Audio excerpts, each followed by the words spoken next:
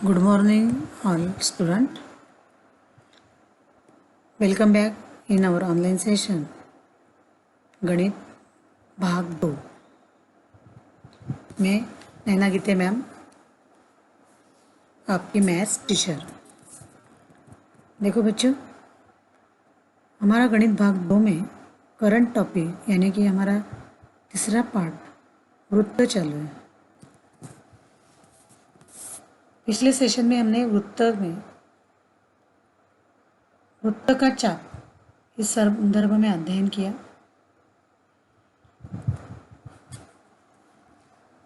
वृत्त चाप के उसके पूर्व सेशन में भी हमने वृत्त चाप के कुछ गुणधर्म देखे। Property of some of major arc यानी कि चापों के मापों का योग गुणधर्म। उसके बाद एक प्रमेय देखा था हमने कि एक ही वृत्त के सर्वांगसम चापों की संगत जीवाएं सर्वांगसम होती, यानी कि किसी वृत्त में दो आर्क सर्वांगसम है तो उनकी संगत जीवाएं भी सर्वांगसम होती है। और उसका कथन यानी कि प्रॉपर्टी भी बोल सकते हैं हम लोग, उसका उल्टा कि एक ही वृत्त के सर्वांगसम जीवाओं के संगत चाप भी सर्वांगसम होंगे, यानी कि किसी वृत्त में दो जीवाएं या दो से अधिक जीवाएं सर्वांगसम है तो उसके संगत जो लघु चाप होंगे वो भी सर्वांगसम होते हैं। ये भी गुणधर्म हमने वहाँ पे देखा पिछले सेशन में।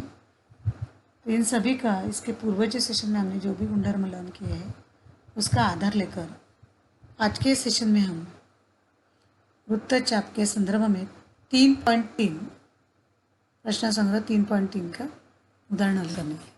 उदाहरण थोड़े बड़े बड़े हैं लेकिन हमें अच्छे से समझ लेना है, तो सेशन में हम एक एक या दो दो ही उदाहरण हल करेंगे, जैसे बड़ा या छोटा एग्जाम्पल होता है उसके आधार पर। ओके, तो चलो आज के सेशन में हम 3.3 के उदाहरण को हल करने का शुरू करते हैं। मुझे आशा है कि आप सभी ने जो भी गुणधर्म अब तक या प्रमेय हो मैंने समझा है वो उसका अध्ययन किया है, लर्न किया है। अगर वो सब कुछ कंसेप्ट क्लियर होगी तो भी आप आगे उदाहरण हल कर पाएंगे, क्योंकि ये ऑनलाइन सेशन चल रहा है हमारा। स्कूल में हम क्लास में स्टूडेंट और टीचर आमने सामने होते हैं। कुछ अगर आपको किसी सवाल में या कुछ गुणधर्म में अगर कोई प्रॉब्लम है, समझ में नहीं आ रहा, तो आप डायरेक्टली हमसे पूछते हैं कि हम वापस आपको 2 या 3 बार समझा दें। ये ऑनलाइन चल रहा है, थोड़ी सी परेशानी हमें भी है, आपको भी है, फिर भी जितना अच्छा बेटर समझाने का हम कोशिश करते हैं। अगर आप बार बार उस वीडियो को देखेंगे, समझ लेंगे, धीरे धीरे नोटबुक में लिखेंगे तो आपको सभी गुणधर्म सभी प्रमेय समझ में आएंगे और अपने आप उदाहरण भी आप हल कर पाएंगे। चलो, हमारा पहला लेसन है, पहला उदाहरण है हमारा। आकृति में केंद्र के वृत्त पर G, D, E और A बिंदु है। आपको एक वृत्त दिया है आकृति के रूप में, उस वृत्त में G, D और E और A ये बिंदु स्थित है और आकृति का जो केंद्र है वो C है। C आकृति में C केंद्र, यहाँ पे लिखो आप, C रह गया है आकृति में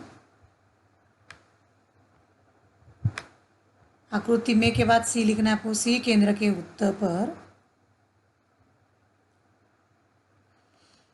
G, D और E और A बिंदु स्थित है। कोण इसी एप बराबर 70 अंश दिया है, इस एप का माप दिया है आपको, और चाप DGF बराबर 200 अंश दिया है। DGF का भी माप दिया है आपको 200 अंश। तो चाप D और चाप DF का माप ज्ञात करना है। चाप D और चाप DF आकृति देखने के बाद आपको समझ में आएगा। चलो आकृति देखते हैं पहले। ये सवाल की दी हुई आकृति है आपकी, समझ में आया बच्चों? ये C केंद्र है, इस C केंद्र का ये वृत्त खींचा हुआ है। इस वृत्त में D, ई और ए, और यहाँ पे एक जी बिंदु लेना है आपको, जो रहेगा है आपका, यहाँ पे आपका एक जी बिंदु है,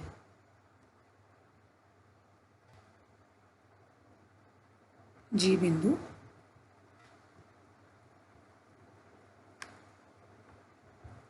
ओके, तो ये चारों बिंदु वृत्त पर है, क्योंकि डंडी ज़्यादा ही लंबी हो गई है।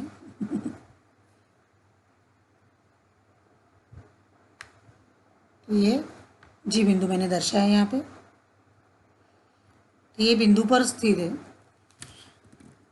आप आकृति का निरीक्षण कीजिए, यहाँ पे डी सी सी एफ,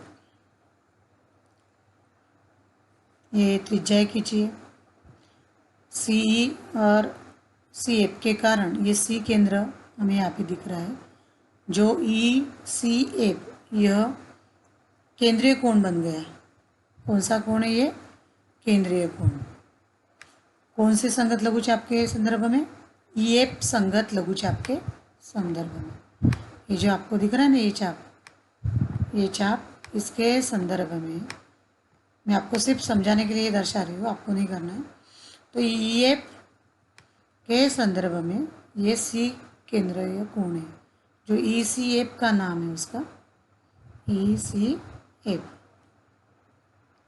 इसका माप 70 दिया है, ये भी सी केंद्र है यहाँ पे, लेकिन वो डी के संगत होगा। हमें ई सी एफ का नाम दिया है, इसलिए हम ई एफ के संदर्भ में बात करेंगे, ई एफ के संदर्भ में। ओके,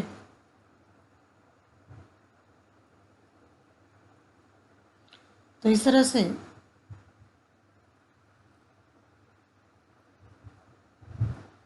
हम यहाँ पे पहले ई एफ का मान निकालेंगे, क्योंकि वो डायरेक्टली हमें मिल रहा है, क्योंकि ये लघुचाप का गुणधर्म या परिभाषा आप बोल सकते हैं कि उसका जो संगत केंद्रीय कोण का माप होता है वही उसका माप होता है। लघुचाप के मापों के संदर्भ की परिभाषा है, किसी भी लघुचाप का माप उसके संगत केंद्रीय कोण के माप के बराबर होता है। तो अगर ये 70 है तो ये भी 70 हो गया, हमें ई एफ मिल गया। ई एफ मिलने के बाद हम डी फाइंड आउट करेंगे। ओके, और उसके बाद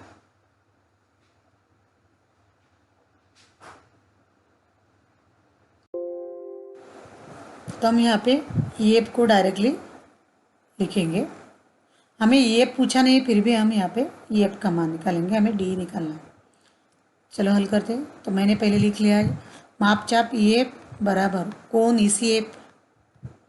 कोण ई सी एफ कौन सा है? केंद्रीय कोण। लघुचाप के माप की परिभाषा, किसी भी लघुचाप का माप उसके संगत केंद्रीय कोण के माप के बराबर होता है। इसलिए मैंने ई एफ माप का चाप का जो माप है वो केंद्रीय कोण के माप के बराबर है। केंद्रीय कोण का माप कितना है?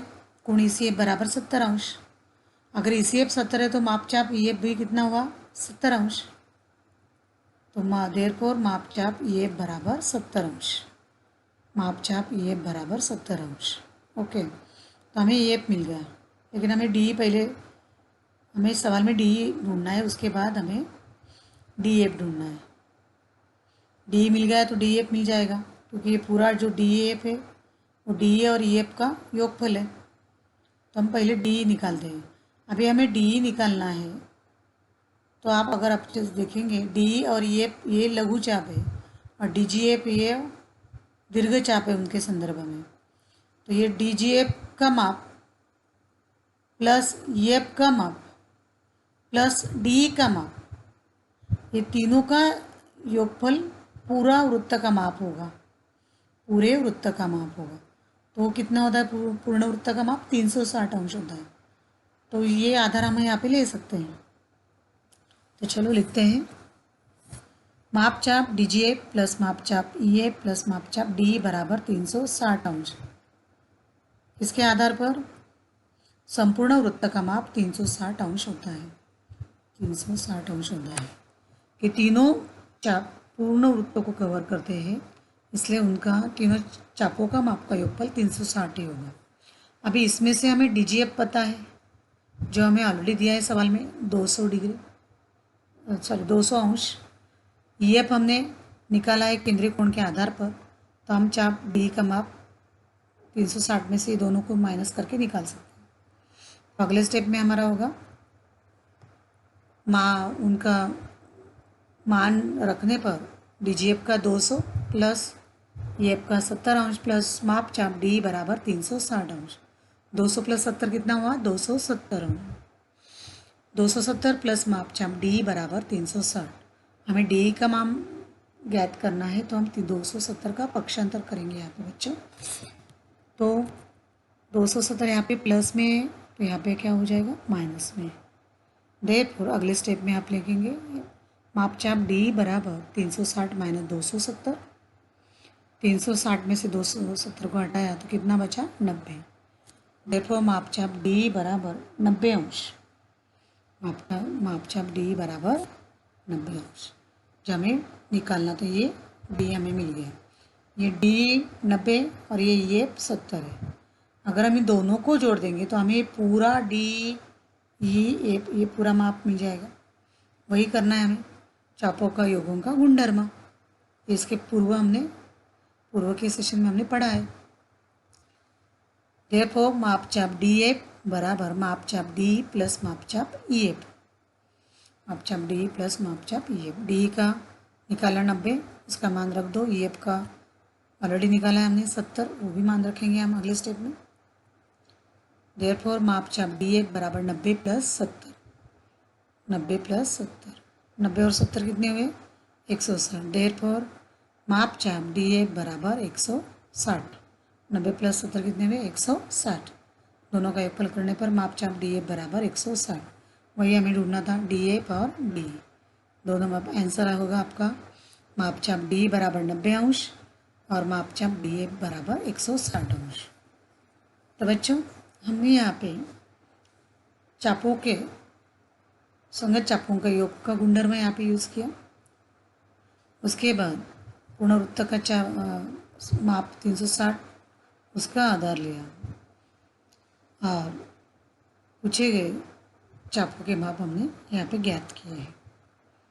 अगले सेशन में हम अगला उदाहरण देखेंगे।